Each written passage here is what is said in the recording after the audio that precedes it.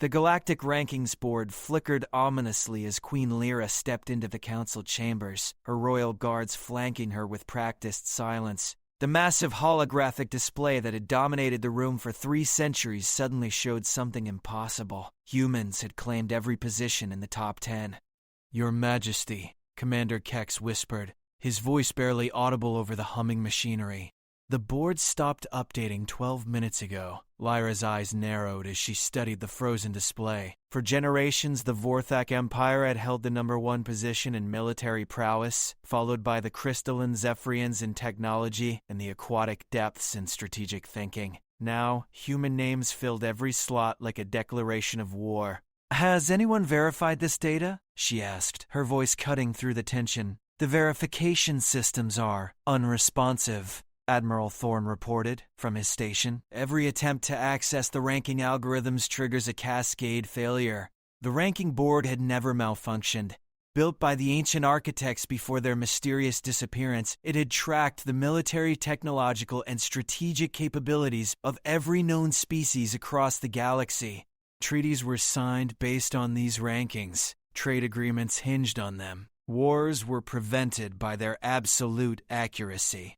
"Summon the council immediately," Lyra commanded. Full emergency protocols. As alerts echoed through the palace corridors, she approached the display. The human entries weren't random. They showed a clear progression of capability that defied everything the galaxy understood about the youngest spacefaring species. Humans had been barely above primitive status just 50 years ago, ranking somewhere in the thousands. "Ma'am?"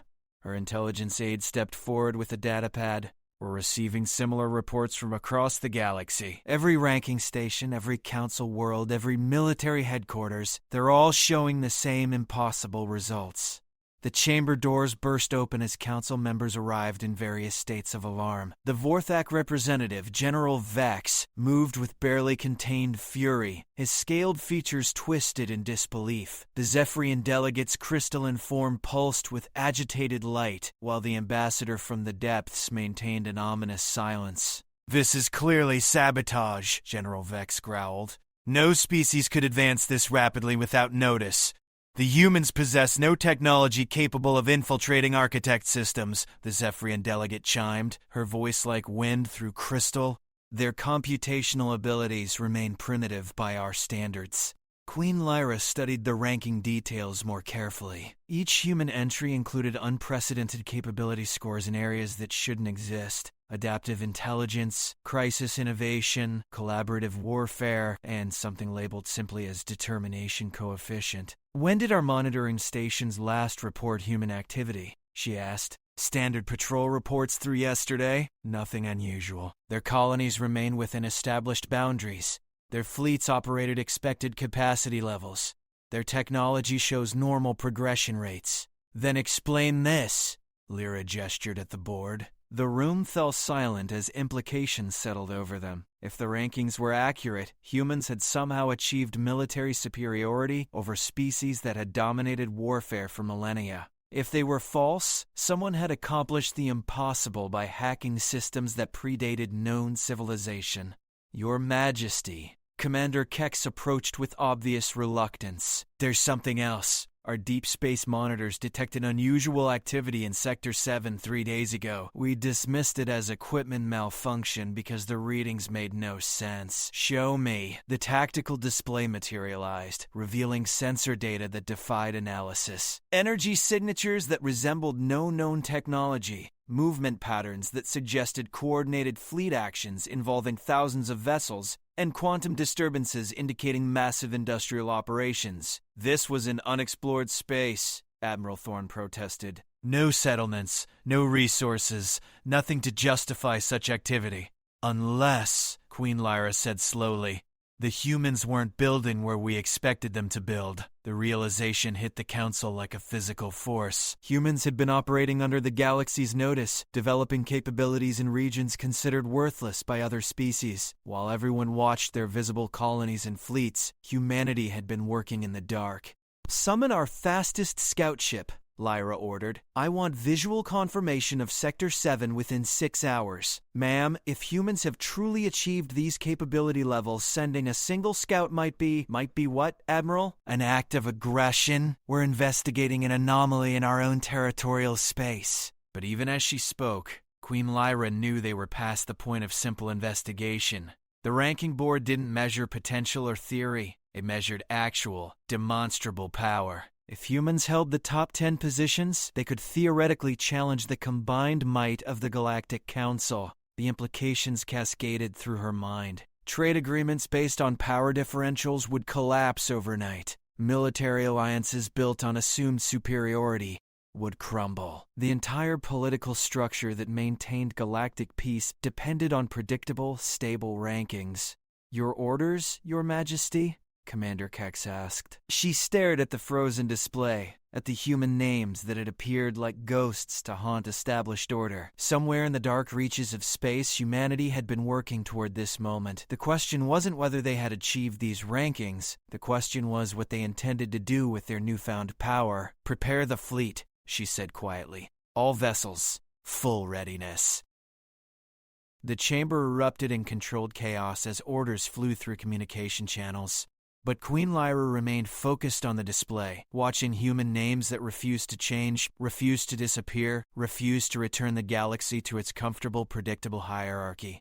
The ranking board had stopped because there was nothing left to calculate.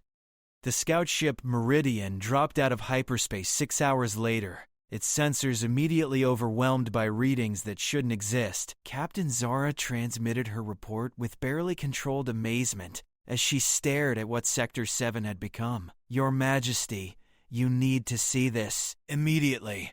The transmission reached the palace within minutes, and Queen Lyra found herself looking at the impossible made real.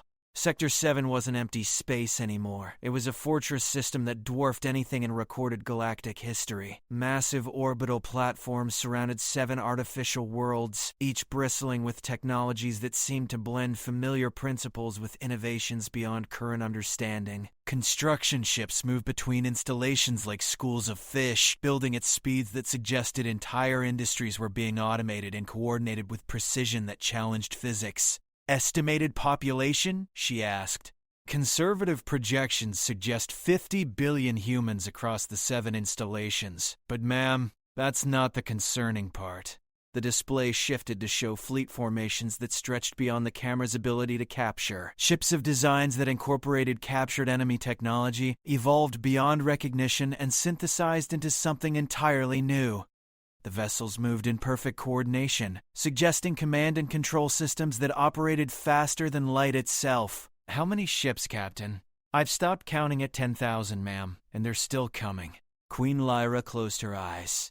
50 billion humans operating outside galactic awareness, with a fleet that outnumbered most species' entire populations, using technology that somehow surpassed civilizations that had developed over millions of years. Captain, have they detected your presence? Unknown, ma'am, but I'm requesting immediate extraction.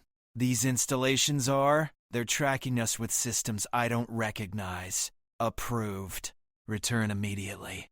As the transmission ended, Queen Lyra turned to face her council. The reality was settling over them like a suffocating blanket. Humans hadn't just achieved military parity. They had been secretly building toward galactic dominance, while everyone else squabbled over traditional power structures. Recommendations? She asked. General Vex's scales rippled with barely contained aggression. Immediate military action. Strike before they complete whatever they're building.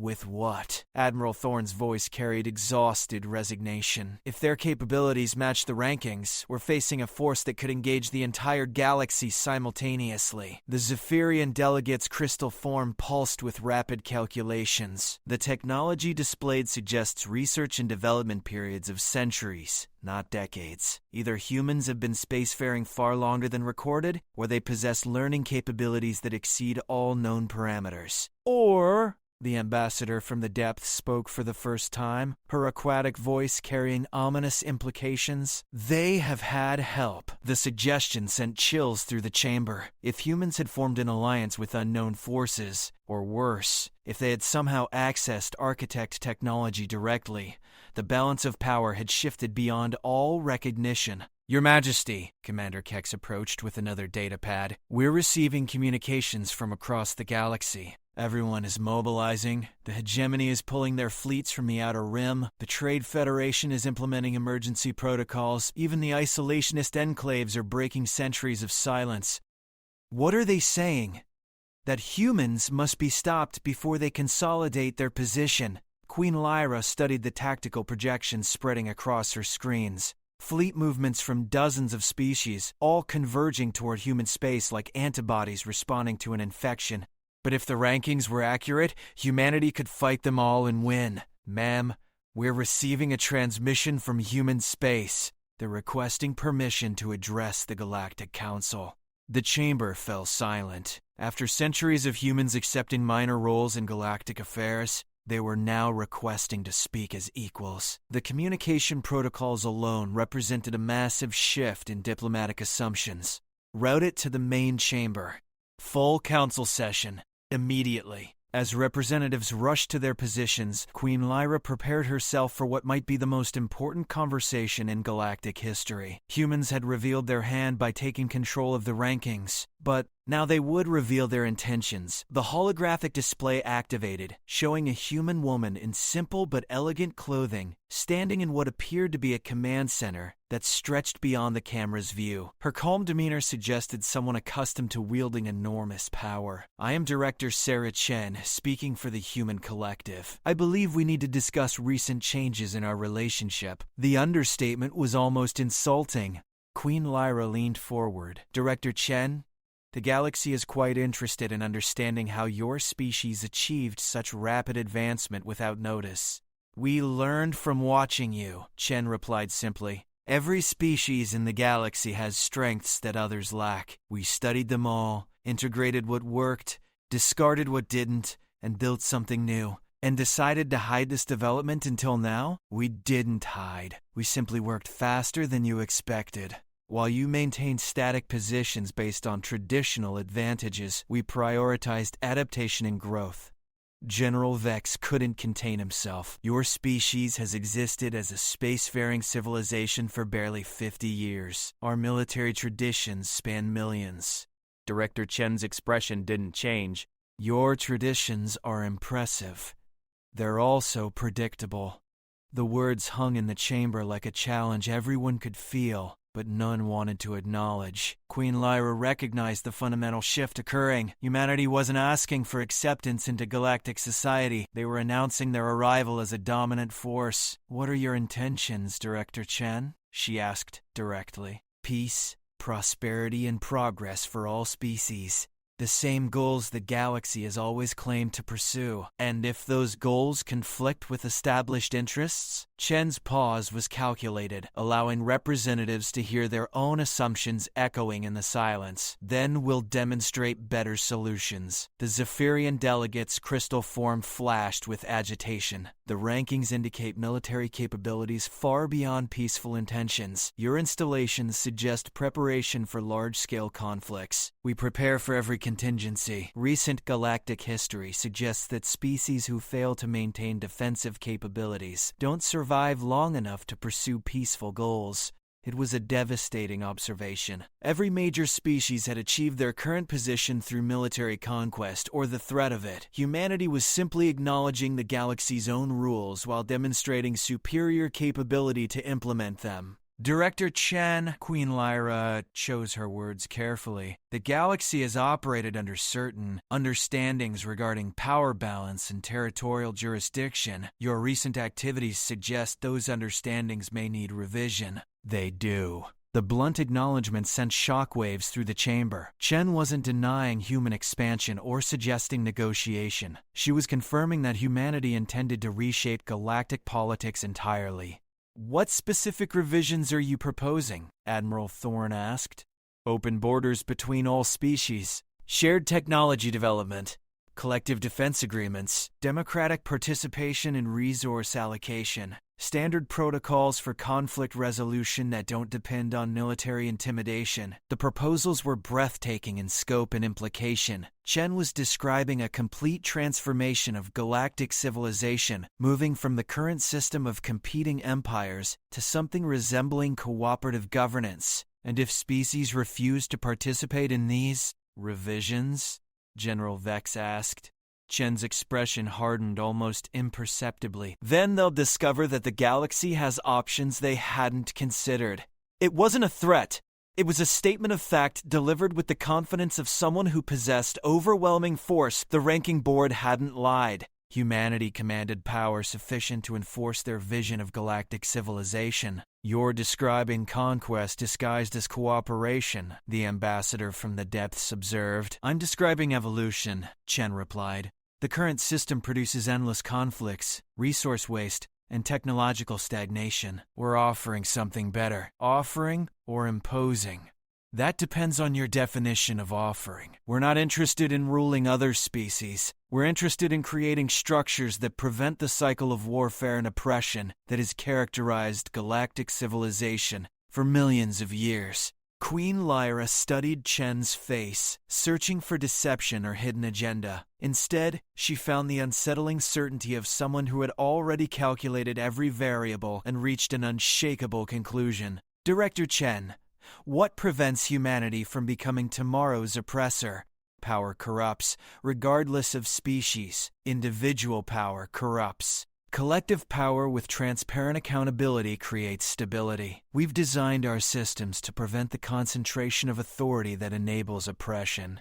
You're asking us to take your word for that? No, Chen smiled for the first time. We're inviting you to examine our systems directly. Full access, complete transparency. Judge for yourselves whether our approach merits adoption. The offer was unprecedented. No major species had ever allowed outsiders to examine their internal governance structures. The invitation suggested either supreme confidence or elaborate deception. And if we conclude that your approach is unacceptable? Queen Lyra asked. Then you're welcome to maintain your current systems within your preferred territories. But you won't be permitted to impose those systems on others, and you won't receive the benefits of collective cooperation. It was elegant coercion. Humanity was offering partnership while making clear that rejection meant isolation and eventual irrelevance. The galaxy could join their vision willingly, or discover that traditional power structures no longer functioned. Time to consider your proposal? Admiral Thorne requested. Of course. But understand that galactic dynamics have changed permanently. Whether you acknowledge it or not, humanity now possesses the capability to defend our interests and support species who choose cooperation over competition. The transmission ended, leaving the council chamber in stunned silence. Chen had revealed nothing about human capabilities beyond what the rankings already suggested, but she had made crystal clear that humanity intended to use that power to reshape galactic civilization. She's right, the Zephyrian delegate admitted reluctantly. Our analysis confirms that traditional military responses would be ineffective against demonstrated human capabilities. So we surrender, General Vex snarled. We adapt, Queen Lyra said quietly. Just as they did. The thought was bitter, but unavoidable. Humanity had studied galactic civilization, identified its weaknesses, and developed solutions that addressed fundamental problems everyone else had ignored. Their success wasn't luck or accident. It was the result of systematic learning and strategic thinking that surpassed anything the galaxy had seen. 3 days later, Queen Lyra stood in the observation deck of her flagship as it approached the human installations in Sector 7. The invitation to examine their systems had been accepted by representatives from a dozen species, creating an unprecedented diplomatic mission.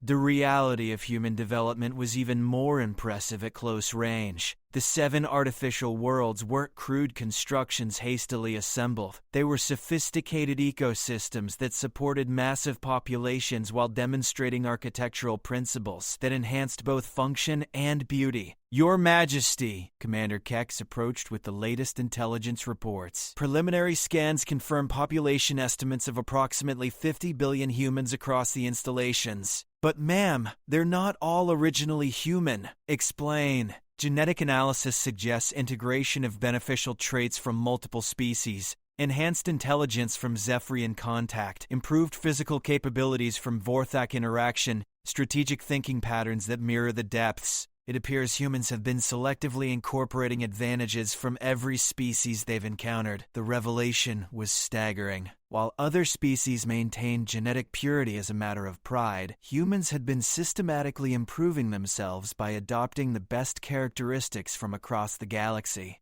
How is such integration possible without rejection reactions? Unknown, ma'am. The technology required exceeds our current understanding of genetic engineering. As their ship approached the primary installation, Queen Lyra received a personal communication from Director Chen.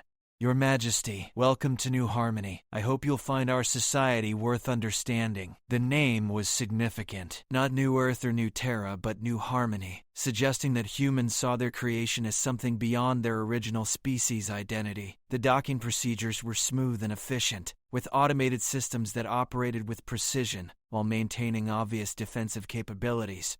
As she disembarked, Queen Lyra found herself in a reception area that blended familiar architectural elements from various species into something coherent and welcoming. Director Chen met them personally, accompanied by individuals who clearly represented the genetic integration Commander Kex had described. Their guide possessed Zephyrian-enhanced intelligence, Vorthak physical capabilities, and human adaptability combined into something that seemed natural rather than artificial. Before we begin the formal examination, Chen said, would you like to understand our fundamental principles? Please. They were led through corridors that demonstrated advanced technologies while maintaining livable, comfortable environments. Citizens they encountered appeared productive and content, but Queen Lyra noticed something else. They watched the visitors with intelligent curiosity rather than fear or suspicion. Our society operates on 3 core principles, Chen explained as they walked. Voluntary participation, mutual benefit, and transparent accountability. No one is forced to adopt genetic improvements, technological integration, or social modifications. Benefits are shared equally among all participants, and every decision is made through processes that anyone can examine and understand. They entered a vast central chamber where representatives from various human communities were engaged in what appeared to be democratic deliberation on resource allocation. The discussions were conducted with efficiency that suggested extensive experience with collective decision-making. How do you resolve conflicts between individual desires and collective needs? Queen Lyra asked. By ensuring that collective needs genuinely serve individual desires, Chen replied. When social systems provide real benefits to participants, conflicts become rare. When they do occur, we use mediation processes that have proven effective over several decades of development. And if mediation fails, then individuals are free to leave and establish alternative communities. We've found that most conflicts disappear when people aren't forced to remain in situations they find unacceptable. It sounded almost too simple, but the evidence of its success surrounded them. Citizens were clearly free to voice dissent and engage in debate, but the overall atmosphere was one of purposeful cooperation rather than competitive conflict. Director Chen, the Zephyrian delegate asked, your military capabilities suggest preparation for large-scale conflicts.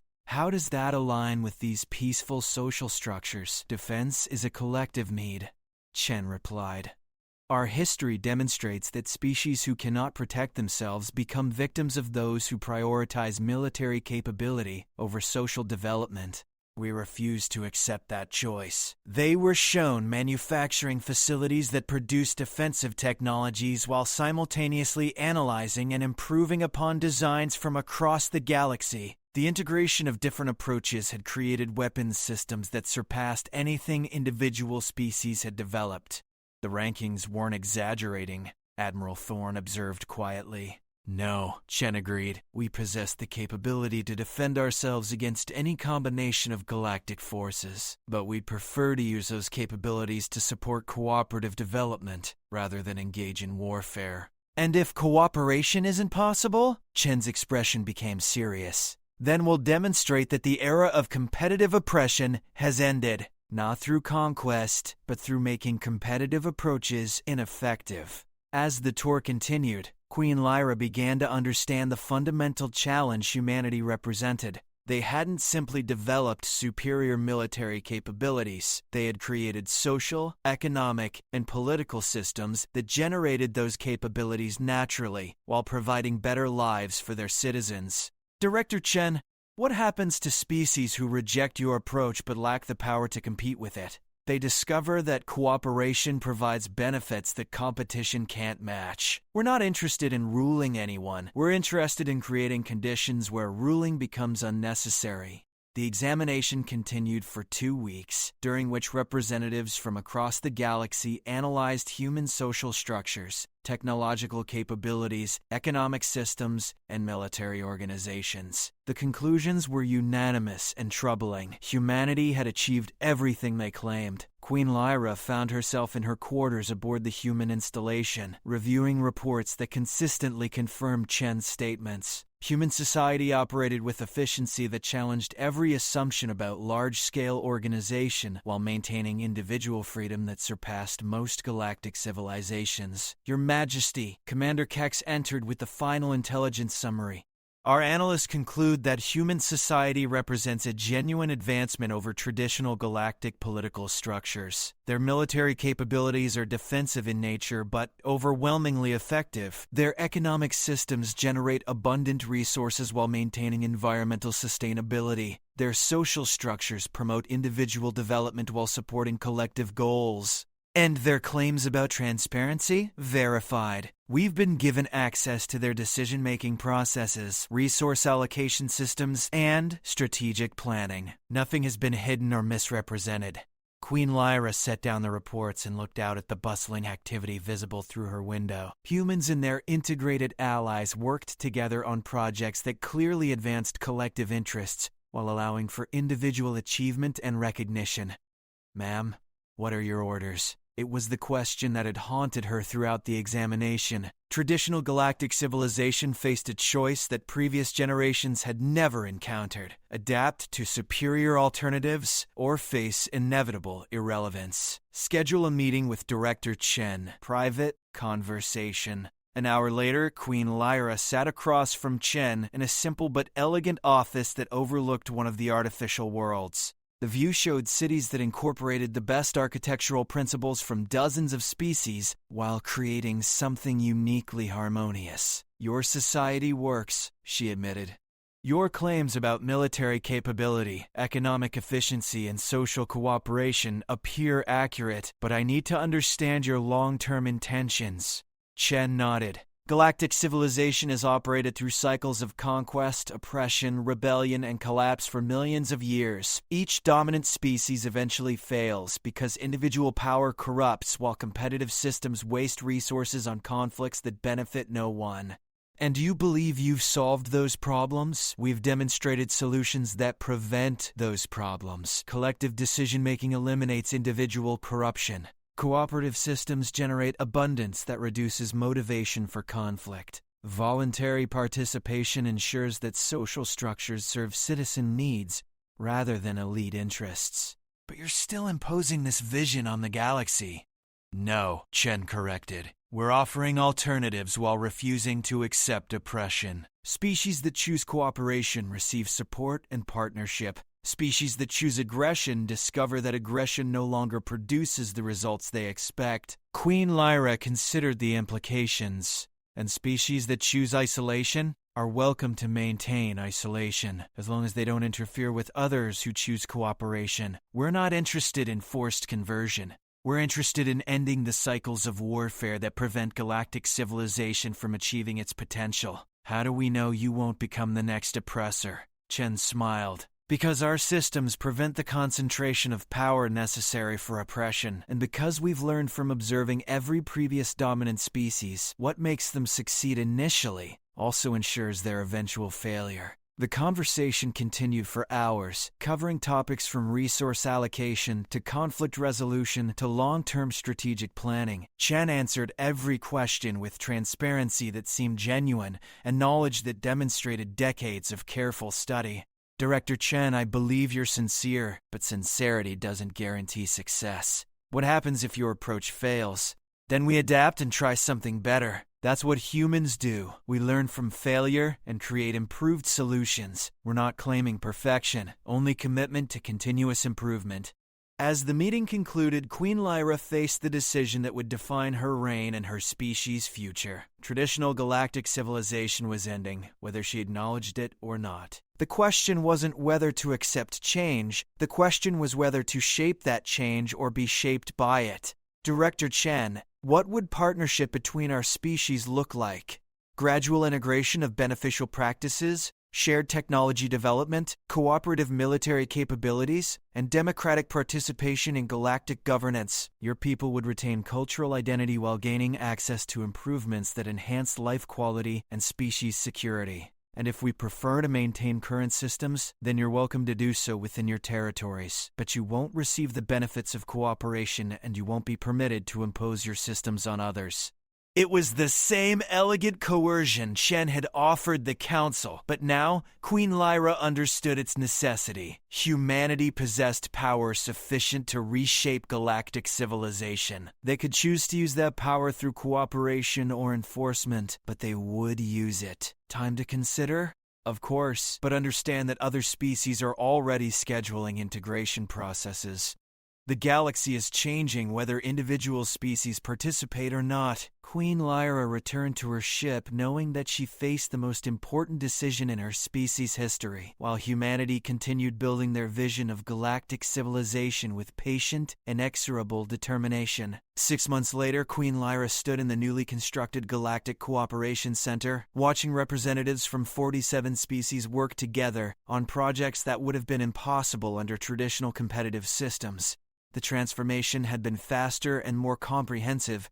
Species that chose integration had discovered benefits that exceeded all projections. Shared technology had accelerated development rates dramatically. Cooperative defense agreements had eliminated traditional territorial conflicts. Democratic resource allocation had produced abundance that reduced motivation for warfare. Even more remarkably, species that initially resisted had gradually requested participation, as the advantages of cooperation became undeniable. The old system of competitive empires was dissolving not through conquest, but through superior alternatives that made competition irrelevant. Your Majesty, Commander Kex approached with the daily status reports. The Integration Council has approved 3 new applications for membership. The hegemony has requested preliminary discussions about joining the cooperative structures. It would have been unthinkable just months ago. The hegemony had represented the pinnacle of traditional military dominance. But even they recognized that isolated competition was becoming unsustainable, and resistance movements,